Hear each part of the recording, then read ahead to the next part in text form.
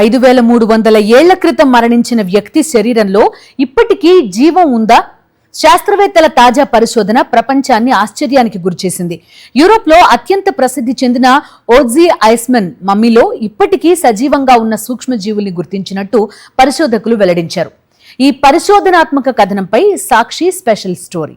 సుమారు 5300 ఏళ్ల క్రితం ఇటాలియన్ ఆల్ప్స్ పర్వత ప్రాంతంలో బాణం దాడికి గురై మరణించిన ఓడ్జీ ఐస్మన్ మమ్మీ మరోసారి ప్రపంచ దృష్టిని ఆకర్షించింది.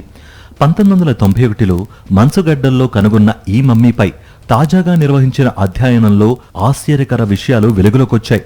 ఇటలీకి చెందిన యూరాక్ రీసెర్చ్ ఇన్స్టిట్యూట్ శాస్త్రవేత్తలు మమ్మీ చర్మం, అంతర్గత కణజాలాలు, మంచునీటి నమూనాలను పరిశీలించారు.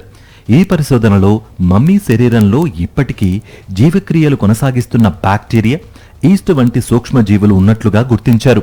మమ్మీపై పరిశోధనలు చేసిన వారు చెప్పిన దాన్ని బట్టి ఓడ్జీ మమ్మీ కేవలం చారిత్రక అవశేషం మాత్రమే కాదు, అది ఇప్పటికీ మార్పులకు లోనవుతున్న ఓ సూక్ష్మ జీవావరణ వ్యవస్థగా పనిచేస్తోంది.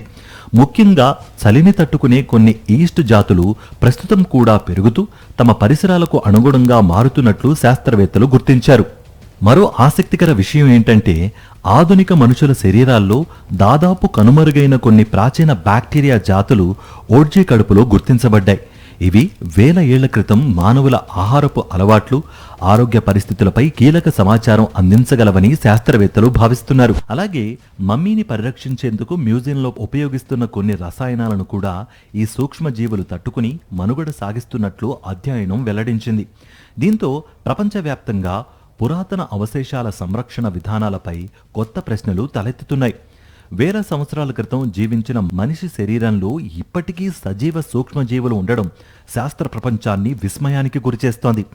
మానవ ఆరోగ్యం, పురాతన జీవావరణాలు, సూక్ష్మజీవుల పరిణామ క్రమంపై ఈ పరిశోధన మరిన్ని కొత్త విషయాలను వెలుగులోకి తీసుకురానుందని శాస్త్రవేత్తలు ఆశాభావం వ్యక్తం చేస్తున్నారు.